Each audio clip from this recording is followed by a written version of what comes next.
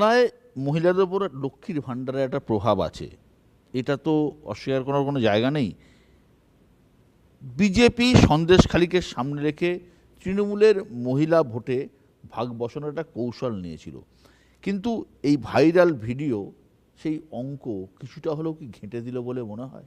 2019-এ মহিলা এবং youth Narendra মোদীজিকে vote দিয়েছে, দুহাত ভরে আশীর্বাদ করেছে। লক্ষ্মীর ভাণ্ডার তারপরে শুরু হয়েছে 21-এ শুরু হয়েছে লক্ষ্মীর ভাণ্ডার। 21-এ ভোটের আগে বলা হয়েছিল, ভোটের আগে শুরু হয়েছিল। প্রথম লক্ষ্মীর ভাণ্ডার মহিলাদের কাছে একটা বিরাট কিছু নিয়ে এসেছিল, যে 500 টাকা করে পাচ্ছি আমরা, এটা একটা বিরাট বড় জিনিস এনেছিল। কিন্তু লক্ষ্মীর ভাণ্ডারের পাল্টা মহিলারা কি পেয়েছে তার হিসাব কিন্তু মহিলারা আস্তে আস্তে করতে শুরু করেছে।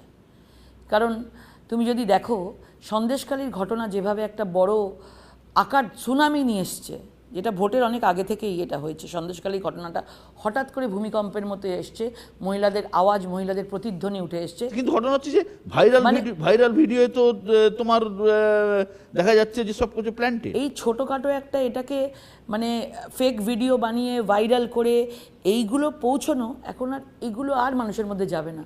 কারণ মানুষ যে জিনিসটা দেখে ফেলেছে, এটা বাংলাতে এই যেমন জিনিস চলেই, কিন্তু বাংলাতে এই জিনিস চলে এবং যে সন্দেশখালীর মহিলাদের আওয়াজ উঠছে সেটা সবাই বিশ্বাস করেছে। কিভাবে এই ভাইরাল ভিডিওর মোকাবিলা তোমরা করছো রাস্তাঘাটে, পথে? নেই কেউ শুনছে না। আমি যেখানে যাচ্ছি, আমি তো প্রায় 3 মাস ধরে এখানে আছি, আমি মহিলাদের সাথে কথা বলছি, সন্দেশখালী বললেই সবাই এক বাক্যে সন্দেশখালী হতে দিতে চায় না, সব হাত তুলছে। এই ভাইরাল ভিডিওর কোনো রিপারকেশন নেই। লকেট, এ রাজ্যে ভোটে হিংসার খবর সাধারণত মুর্শিদাবাদ থেকে আসে, কিন্তু আমরা দেখেছি ভোটের আগেই হোক বা ভোটের দিন মুর্শিদাবাদে সেরকমভাবে কোনো ঘটনা ঘটেনি। কোচবিহারে সামান্য কিছু ঘটনা ঘটেছিল,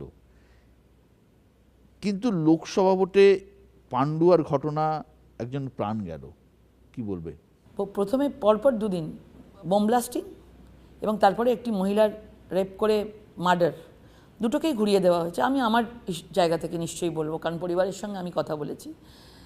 মানে বোমা বিস্ফোরণটা ভয়ঙ্কর, কিন্তু ওটা তো মানে রাজনৈতিক নয়। এটা তো দেখো, মানে তোমরাও এতদিন রাজনীতিতে আছো, কারণ মহিলার পরিবারের সাথে আমি নিজে আছি, আজকেও মহিলার পরিবার এসেছিল সেখানে, পুরো পরিবারকে নিয়ে গিয়ে তাকে জোর করে বয়ানটা লিখে তাকে দিয়ে সাইন করিয়ে নেওয়া হয়েছে। বেচারা কী করে বুঝবে? এবং এত বড় একটা বোম ব্লাস্টিং, এত বোম পড়ে আছে, বলে পারিবারিক ঘটনা। যে ঘটনাই ঘটছে না কেন সেটাকে উল্টে দাও, সেটাকে একটা পারিবারিক বলো, বজ্রপাতে মহিলার মৃত্যু বলো। বজ্রপাত সেদিনকে হয়নি ওই জায়গায়, হঠাৎ করে একটা ভ্যানিটি ব্যাগ নিয়ে মাঝ রাস্তায় একটা মহিলা উপুর হয়ে রক্তারক্তি হয়েছে। বজ্রপাতে তো রক্তারক্তি হবে না, গায়ে তো ক্ষতচিহ্ন থাকবে না। আমাদের চ্যানেলকে দেয়া সাক্ষাৎকারে প্রধানমন্ত্রী নরেন্দ্র মোদী বলেছেন বাংলায় বিজেপি ক্লিন সুইপ করবে। অমিত শাহ দাবি করছেন বাংলায় 30-এর বেশি আসন পাবে বিজেপি। এটা কি সম্ভব? 2019-এ আমরা কেউ ভেবেছিলাম? আমি তো নিজেও কখনো ভাবিনি, যখন আমাকে দেওয়া হয়েছিল হুগলি আসন, এবং সবাইয়ের মধ্যে ছিল 2 থেকে কত হতে পারে, 10 হতে পারে, 12 হতে পারে, উনি বলেছিলেন 23 হবে। আমরা 18 গেছিলাম, মানে কেউ প্রেডিক্টই করতে পারিনি 18 পাবে। যদি সেটা হয়, আর তারপরেই আমাদের একটা 3টে রাজ্যের নির্বাচন গেছে, 3টে রাজ্যের নির্বাচনে একটা লোক সারা দেশে বলেনি যে রাজস্থান, মধ্যপ্রদেশ, ছত্তিশগড়ে জিতবে। কেউ বলেছে মধ্যপ্রদেশটা জিততে পারে, কেউ বলেছে রাজস্থানটা জিততে পারে, বাট বাকি দুটোতে হবে না। কিন্তু আমরা সারা দেশ হকচকিয়ে গেছে, অবাক হয়ে গেছে যে ভেতরে আমাদের একটা বিজেপির সাথে কংগ্রেসের অ্যান্টি কংগ্রেস একটা চোরা স্রোত বইছে। এখানেও একটা অদ্ভুত চোরা স্রোত আছে তৃণমূলের বিরুদ্ধে, এবং সেই চোরা স্রোতটা 30 অবধি আমাদের কাজে লাগবে। তুমি ঠিক কথা বললে, 2019-এর কথা আমি মেনে নিলাম। 2021-এ তো বলেছিল আপকি বার 200 পার। 21 আর 24 আকাশ পাতাল তফাৎ। 21 আর 24 দেখো কতগুলো নেতা জেলের ভেতরে।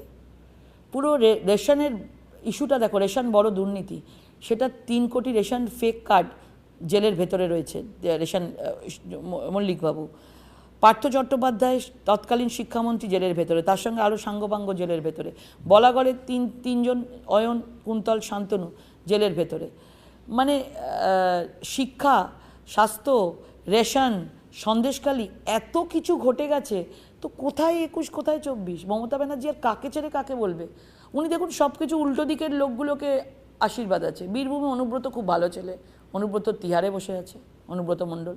যতই বলুন এখানে তো কেউ বলতে পারবে না যে বিজেপির লোক, বিজেপির এজেন্সি, বিজেপির এই, মানে পুরোপুরিভাবে হাইকোর্ট থেকে সুপ্রিম কোর্ট থেকে সব কিছু চলছে। দ্বিতীয় কথা, শেখ শাহজাহান সন্দেশখালীর, তার মাথাতেও মুখ্যমন্ত্রীর হাত রয়েছে। এসএসসির চাকরি প্রার্থী, এত বড় একটা স্ক্যাম, মুখ্যমন্ত্রীর বয়ানের পর 360 ডিগ্রি এসএসসির চেয়ারম্যান ঘুরে গেলেন যে অযোগ্য প্রার্থীদের আমাদের তালিকা দেওয়া সম্ভব। এইগুলো তো গ্রামের দিকের লোক না বুঝলেও অন্তত যে আমাদের বাংলায় যথেষ্ট শিক্ষিত মানুষ থাকে, মধ্যবিত্ত মানুষ যথেষ্ট শিক্ষিত, তারা তো একটু বুঝতে পারছে যে কী ধরনের এই সরকার কাজ করছে। তো 21 আর 24 কিন্তু আকাশ পাতাল তফাৎ। লক্ষ্মীর ভাণ্ডার একদিকে রয়েছে, একদিকে দুর্নীতিও ইস্যু রয়েছে, কোনটা বেশি প্রভাব ফেলে তুমি মনে করছো? লক্ষ্মীর ভাণ্ডার কোনো প্রভাব ফেলবে না। কি বলছো? আমি বলছি আপনাকে, এটা দেখে নেবেন। 500 থেকে 1000 টাকা করেছে, কাউকে দেখেছেন কিছু নিয়ে বলতে? ঠিক আছে, দিচ্ছে নিয়ে নিচ্ছে, কিন্তু ওরা জানে তার উল্টো দিকে কী আছে। প্রধানমন্ত্রী আবাস যোজনায় বাড়ি রয়েছে, প্রত্যেক বাড়িতে কলের মাধ্যমে জল প্রত্যেক বাড়িতে দেওয়ার জন্য কে দিচ্ছে? প্রধানমন্ত্রী দিচ্ছে। প্রত্যেকদের 5 কেজি করে রেশন কে দিচ্ছে? প্রধানমন্ত্রী দিচ্ছে।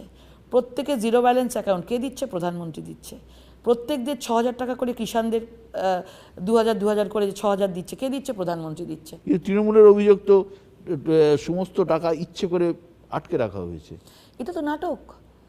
এই যে গিয়ে দিল্লিতে গিয়ে এই যে নাটক চললো, আমাদের যিনি এমওএস ছিলেন সাধ্বী নীলাঞ্জনজি, উনি আমাকে নিজের সেদিনকে রাত্রিবেলা যেদিনকে সব চলছে, তো উনি আমাকে ফোন করে বলছে, লকেটজি দেখুন, আমি এখানে বসে আছি, 8টা অবধি টাইম দেওয়া আছে, আমি বলেছি তোমরা একটা 5 জনের কি 10 জনের প্রতিনিধি দল আপনারা আসুন, ওরা না এসে বাইরে নাটক করছে, আমি হিসেব নিয়ে বসে আছি। তো এরা তো চাইছেই না যে সেগুলোকে ফেস করতে, এরা চাইছে কি করে মানুষকে কনফিউজ করে দেওয়া যায়। 4,500 কোটি 3,500 কোটি মনরেগার টাকার কোনো হিসেব রাজ্য সরকার দিতে পারেনি। সাধ্বী নিরঞ্জন জ্যোতি এমওএস আছেন, উনি নিজে বলেছিলেন যে আপনাদের যে জায়গায় ডাউট আছে সেই জায়গাগুলোতে তদন্ত হোক। তো তারাও তদন্ত করতে রাজি। তখন বলা হলো যে তাহলে একটা কাজ করুন, সবার টাকা না আটকে একটা কমিটি বানানো হোক, রাজ্য সরকার থেকে কমিটি হোক, কেন্দ্র সরকার থেকে কমিটি হোক। কমিটি হলে সেই কমিটিগুলো যে পার্টিকুলার জায়গায় আমাদের সন্দেহ হচ্ছে সেই জায়গাগুলো তদন্ত হোক।